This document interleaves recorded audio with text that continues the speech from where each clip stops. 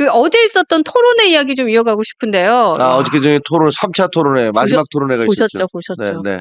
다 못 봤어요. 저는 나중에 그래요? 봤습니다. 예, 총평에 대해서 그냥 한마디로 좀 아, 먼저. 총평은 뭐 그냥, 야, 동네 축구도 이렇게는 안 한다. 동네 축구도 이렇게는 안 한다. 네, 이제 말도 안 되는 거죠. 이게 네. 보시다시피 그 이전에 한동훈 대표하고 홍준표 그리고 김문수 후보 나름대로 거기는 그나마 공방이 있었고 이거 재밌네라는 느낌이 들었잖아요.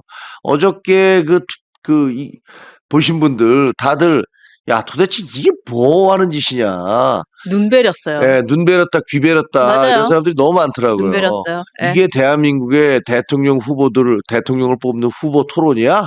뭐 이런 얘기 있잖아요. 그러니까 뭔가 민망했어요. 자, 그 중에 가장 민망했던 건 이제, 야, 이준석 후보는 후폭풍 장난 아닌 것 같아요. 이준석 후보는 어저께 아주 폭망했습니다. 제가 폭망했다? 보기에는 예. 진짜 폭망한 게 원래는 저는 이준석이 아마 3차 토론에서 제일 꽃놀이 패겠다라고 생각을 했어요. 날아다닐 줄 알았어요. 예, 왜냐하면 이게 정치 외교 한번데 양쪽 다 이재명이 됐든 김문수가 됐든 두 분은 모두 약점들이 있잖아요. 예를 들면 이재명 같은 경우는 뭐 주한미군을 점령군이라고 한다든지 아니면은 뭐 쉐쉐쉐쉐 뭐 중국과 대만 분쟁에서 말 같지 않은 소리 한 거, 그 다음에 뭐 탄핵 사유로 북중러와 멀어진 거를 들었다든가 뭐 이 사람이 그동안 살아온 삶이라든가 해온 말이 약점될 게 너무 많아. 너무 많죠. 예, 그리고 뭐 그 어록만 봐도 얼마나 많아요. 리스크 그 덩어리죠. 명언들이. 예. 근데 또 김문수 후보는 그러면 괜찮냐? 많죠. 정광훈과의 관계는 도대체 뭐냐? 그렇죠. 거기다가 네. 부정선거 아직도 믿는데 왜 사전 투표하느냐? 뭐 공격당할 게 한두 가지가 너무 아니잖아요. 많죠, 너무 그리고 많죠. 탄핵에 대해서 비상계엄 뭐 막아쓰겠다고 했으면서 탄핵은 왜 그렇게 미적지근하냐? 많아. 그러니까 이 양쪽에서 둘이서 막 싸우면 이준석은 중간에서 그런 거 있잖아요. 야, 나중에 이런 평가 나올 줄 알았어요. 야, 60대, 70대 참 창피하다. 40대 이준석이가 더 어른스럽다. 이런 얘기가 나오면 이준석은 대박 나는 거거든요. 저도 사실은 그 생각도 했어요. 토론회 끝나면 국민의힘이 스토커 소리를 들었지만 실제 스토커가 될 수도 있겠다. 계속 쫓아다닐 수도 있겠다. 그런 생각도 했었어요. 그러니까요. 그러면은 저는 그렇게 생각을 했어요. 와, 이준석은 기회가 엄청 좋구나.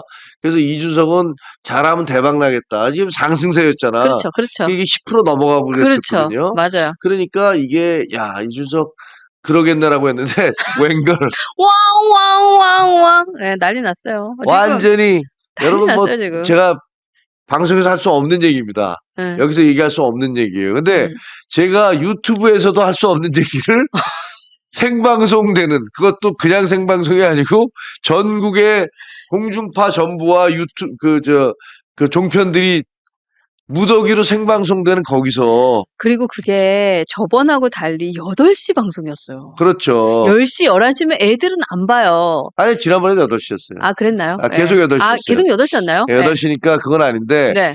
아니, 거기다 대고서 도대체 무슨 19금 뭐 방송, 영화 합니까? 지금 영화 찍습니까?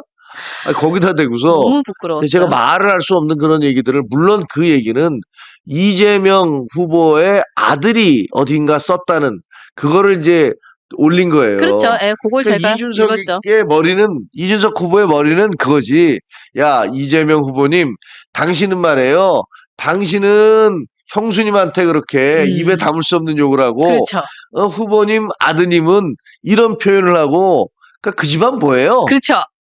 그거 하려고 했던 거지 그거 뭐. 하려고 하다가 지금 되치기 그거 하려고 했는데. 네. 문제는 아무리 그래도 그렇지 그런 말을 어떻게 거기서. 그러니까 예를 들면 미치겠어요. 이재명 후보가 했던 얘기를 만약에 방송에서 그 형수한테 했던 욕설을 그대로 읊을 수가 없잖아요. 당연히 없죠.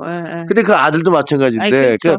물론 솔직히 저는 그거 보면서 야, 그놈의 집안 참 대단하네. 인정. 아버지와 뭐 아들, 실제로 아들이 했는지 안 했는지 모르겠어요. 그건 아직 확인은 안 됐지만 그런 얘기가 있으니까 참 그 집안 대단하네. 그리고 옛날에 부인께서 김혜경 씨가 뭐 어디에 댓글을 달았다고 의혹이 있는 그 표현도 보면 와, 진짜 어떻게 그렇죠. 저런 표현을 쓰지 할 정도로 참 온 가족 대단하네 이런 생각이 들 수도 있어요. 그렇죠. 근데 아마 그런 비판을 하려고 했던 것 같아. 근데 쥐귀에 쥐가 넘어간 거예요. 그렇죠. 거기다가 그런 말도 안 되는 표현을 씀으로 해서 그 진짜로 너무 많은 항의가 들어온 거잖아요. 그러니까요. 야, 나 애들하고 텔레비 보다가 정말 그 기겁을 하는 거지. 그러니까 깜짝 놀랐어요. 그래서 지금 그 이후에 오늘 지금 4시 반인데 오늘 아침부터 점심부터 저녁까지 계속 그 얘기만 지금 도배예요, 도배. 그러니까 말이에요. 온 공중파부터 다 도배고, 그리고 진짜 막 탈당하는 사람도 되게 많대요. 그러니까 당에서는 뭐 저는 잘 모르지만 뭐 탈당하는 사람들도 막 있고 그렇다는 기사가 거예요. 났어요. 근데 이준석 후보가 진짜 이거 참 제가 보기에 대응을 잘못하고 있는 게 이 얘기가 나왔는데 오늘 아침에 뭐라고 그랬냐면 아니 그것도 내가 뭐 순화해서라든가 정화해서라든가 방송이니까 하여튼 약하게 얘기했던 거다. 맞아요. 라는 식으로 얘기를 한 거예요. 근데 아직까지도 포인트를 못 잡고 있나라는 생각도 했어요. 그거 보면서. 그러다가 두 번째는 또 뭐라고 그랬냐면 두 번째는 이거 나한테 비난하는 사람들은 내가 무고 혐의로 고소할 거야. 이런 얘기를 했어요. 그러다가 나중에 세 번째 가갖고는 도저히 안 되겠으니까 이거 뭐 좀 심심한 사과를 표한다라고 얘기를 했는데 미치겠다. 아니 도대체 이거는 사람의 인성에 대한 생각이 나게 하잖아요. 그렇죠. 그동안에 이준석 후보는요. 그 혐오 정치를 해왔어요. 예를 들면 뭐 장애인이라든가 노인이라든가 혹은 여성이라든가 그리고 학력이 좀 낮은 사람이라든가 이런 분들에 대해서 그런 걸 무시하거나 그런 사람들을 업수위 여기거나 혹은 그런 사람들을 너무 공격적이거나 이런 식으로 얘기를 함으로써 그리고 갈라치고 갈라치게 맞아요. 하고 뭐 이런 거 저기서 또 누구 성상남 얘기 나오는데 그러니까 그게 지금 여성 비하에서 지금 성상납까지도 또 이게 갔고 또 재밌는 게 공약 중에서 이번에 여가부 폐지한다는 공약을 냈는데 그것이 또 이어져 가지고 그 공약까지도 욕먹고 있어요. 그러니까요. 난리 났어요. 그렇게 혐오 정치 비슷하게 하던 사람이 급기야는 저런 얘기까지 그 방송에 나와서 했거든요. 그렇죠. 그러니까 그걸 지켜보던 뭐 지지하던 평론가 뭐 이런 사람들이 막 그냥 기겁을 한 거죠. 그거 방송에 잡혀가지고. 뭐 저 장성철이 뭐 이런 거. 그러니까요. 두 사람이 가깝잖아요. 그러니까요. 가깝다고 알려져 있잖아요. 그러니까 그렇게 되니까 똥볼 쳤어요. 야 정말 그 이준석 그 후보는 가장 자기가 날아올라야 될 순간에 맞아요. 그냥 완전히 바닥으로 그다음에 지하실로 이렇게 추락을 해버린 거예요. 근데 코끼리는 그래도 좀 시원했다는 얘기 있어요. 코끼리. 그 코끼리 얘기는 잘했지. 코끼리는 코끼리 얘기는 잘했어요. 그러니까 코끼리 얘기는 그러니까 그 도대체가 법인 카드로 과일을 그렇죠. 얼마나 사면 내가 보기에 한동훈 대표가 나갔으면 아직 거의 그냥 난리 났을 것 같은데. 거의 그러니까 이제 김문수 후보도 괴물 정권 저희가 괴물 정권 막 비판했고 괴물 독재 정권이 됐죠 지금은. 그래도 이제 괴물 독재 정부 이렇게 비판하잖아요. 그러니까 언어라는 것들은 사실은 그 정치라는 거는요. 제가 보니까 말과 타이밍이에요. 궁금해요. 그러니까 가장 적절한 시간에 적절한 얘기를 해야 되는 거예요.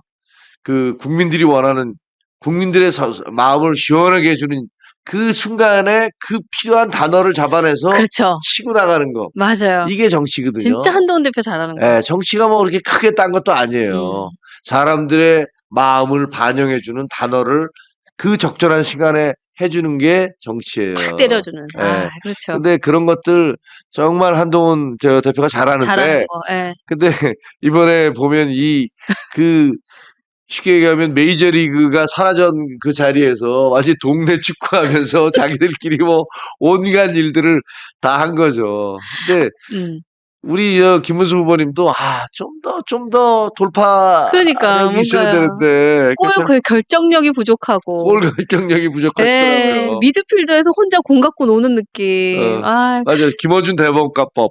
저것도 딱 얘기를 하니까 깽깽깽 도망갔잖아요. 그러니까요. 그래서 지금 어제 있었던 토론회가요. 결과적으로는 딱 3개 남았어요. 이준석, 인성, 코끼리, 젓가락. 이거밖에 없는 거예요. 그래서 그 이후에 지금 사진으로 밈도 되게 많이 나왔어요. 제가 몇 개 보여드릴까요? 그렇죠. 감독님 한번 코끼리. 그러니까 이게 2년 동안 2,800만 원어치 과일을 먹을 거면 2.8톤이다. 혹시 예. 집에 뭐 코끼리 키우세요? 이랬더니 지금 두 부부의 집에 뒤에 코끼리가 과일을 먹고 그러니까 하여튼 있어요. 뭐 밈을 또 뭐 여러 개 있다면서 저거 말고도. 예. 요거는 이제 코끼리 젓가락이 음. 누가 찾아서 올려주신 분도 계시고, 예.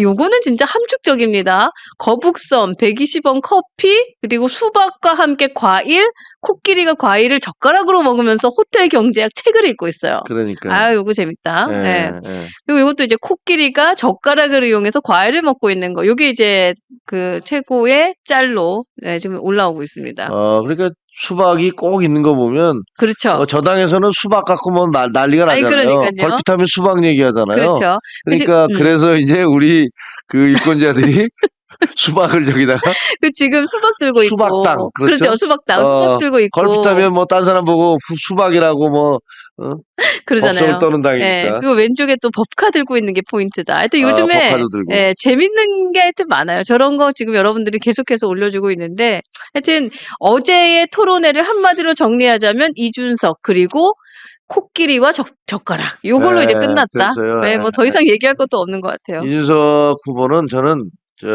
오늘 가기 전에 빨리 사과하시기 바랍니다. 맞습니다. 진심으로 사과하시기 바라요.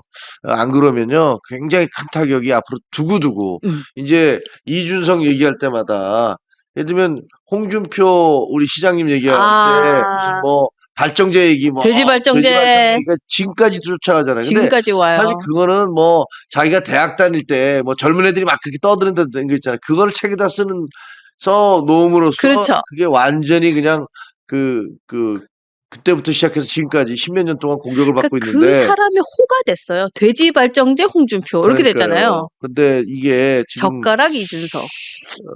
잘못하면은 지금 저거 굉장한 공격을 받을 수 있어요. 그래서 좀 조심하시기 바랍니다. 아니 그러면 단일화는 어떨 것 같아요? 지금 그러니까 단일화는 뭐 누가 그러더라고요. 뭐 단일화는 물 건너 간 거죠, 당연히. 근데 저렇게 하고 나서 지지율이 떨어졌기 때문에 이제는 좀 아쉬워하지 않을까? 근데 그건 또 어떻게 보면 보세요? 이준석 후보의 지지율이 올라가다 떨어질 것 같아요. 그러니까 올라가다가 더 잘 못 갈 것 같은 이제 못 갈 느낌이 것 들어요. 같아요. 네. 그러니까 완전히 너무 충격을 줘서. 네. 그러니까 뭐 실질적인 단일화 이루어진 거 아니야? 뭐 이런 얘기도 하더라고요. 실제적인 단일화다. 뭐 그렇구나. 그렇게 되는데 글쎄요. 네.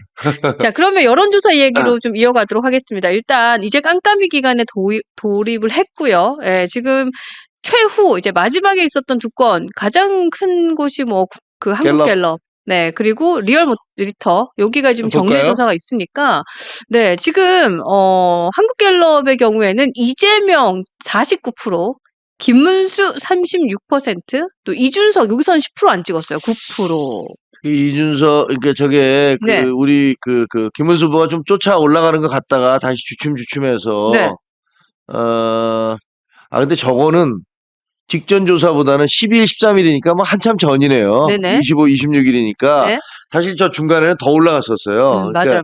그러니까 한 10 며칠 전에 2주쯤 전인데 2주쯤보다 이재명 후보는 2% 하락했고 근데 사실은 저때 45%까지 떨어졌었잖아요. 맞아요. 그렇죠? 네, 50일 갔다가 45까지 떨어졌다가 어떻게 보면 거기서는 다시 좀 올라간 거고. 그러니까 120원 이후에 떨어졌다가 그렇죠. 이번에 김문수 다시 후보는 저거보다 더 올라갔다가 다시 좀 내려와서 내려왔죠. 저렇게 된 그런 분위기고. 이게 지금 25일하고 26일이니까 이번 주 월화? 네, 월화 아니다. 1월인가요? 그렇죠. 이번 주 1월 요렇게 해가지고 조사를 했던 거고요. 어쨌든 이재명은 뭐 내려갔던 것보다는 조금 더 올라갔고. 네, 그렇죠. 그다음에 리얼미터는 어떤가요? 저거는 이제 갤럽이에요. 갤럽. 네, 지금 보신 거는 한국갤럽에서 이번 주 월요일까지 했던 조사이고요. 갤럽 볼까요? 리얼미터 볼까요? 리얼미터 같은 경우에는 지금 49.2%, 36.8%, 10.3%. 비슷비슷하네요. 저거는. 네. 이재명 49.2, 김문수 36.8, 이준석 10.3 이렇게 되네요. 저거는 두 개를 합쳐도 안 되네. 근데 이준석은 아까 이제 갤럽에서는 9% 나오고 여기 리얼미터에서는 10.3% 나오고 그러니까 이분도 참 고민이 많겠어요. 10에서 이제 왔다 갔다 하는데 아시다시피 10%가 자기 선거 자금의 반 보존받아야 되니까. 절반이라도 보존받을 수 있느냐. 네. 뭐 이렇게 되는 건데 와 근데 이준석 후보 진짜 이 중요한 시기에 어저께 그날. 이런 발언을 해서 네. 거의 뭐 근데 진짜 어제 대선 토론에서 사실 잘했으면 진짜 못해도 본인은 15%까지 기대했을 것 같아요. 그러니까요. 근데 지금 저는 주변에서 사실 그 젊은 세대에서 네. 제 아들도 그러더라니까요. 네네. 아빠, 제 아들은 저하고 정치 성향이 같죠, 당연히. 그렇죠. 당연히는 아니지만 같습니다. 근데 잘생긴 아들. 네. 예, 근데 저희 주변에서 자기 친구들은 상당히 저 이준석 후보에 음. 대해서 지지하는 사람들 많다라는 얘기를 하고 그 얘기를 제가 제 동료들의 또 자식들이 그러더라는 얘기를 또 여러 번 들었거든요. 그러니까 그래서 어쨌든 젊은 층에게는 뭔가 저는 예예. 여론조사보다는 훨씬 더 많이 나올 거라고 예상을 했었어요. 그랬구나. 이준석 네네. 후보가. 왜냐하면 젊은 친구들이 다 여론조사 응답 잘 안 하고 또 이 친구들이 일하느라고 바쁘잖아요. 그럴 수 있죠. 그래서 그렇다고 생각했는데 저게 좀 상당히 좀 영향을 미칠 것 같아요. 예. 그래서 하여튼 고민 많을 것 같아요. 진짜 지금이라도 드랍을 해야 되나 가야 되나 그럼 갔을 때 이제 이 보전금은 어떻게 해야 되나 뭐 이런 고민 진짜 많을 것 같다. 진짜 음. 애석해요. 10% 9% 이렇게 나왔는데 거기서 똥볼을 탁 쳤어요. 그러니까요. 야, 요거 참 쉽지 않겠다. 네. 자, 사전 투표 얘기도 좀 이어가도록 하겠습니다.